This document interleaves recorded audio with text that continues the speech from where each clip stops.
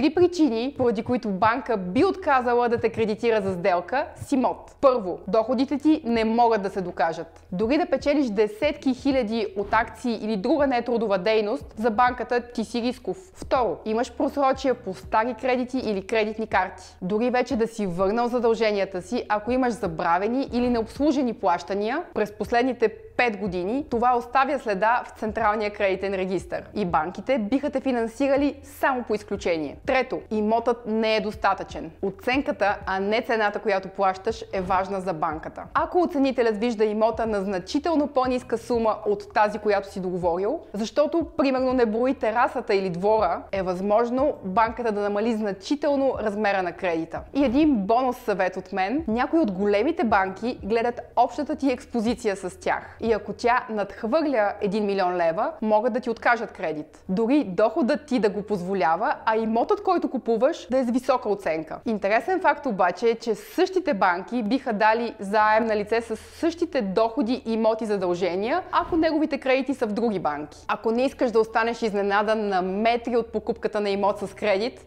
последвай ни.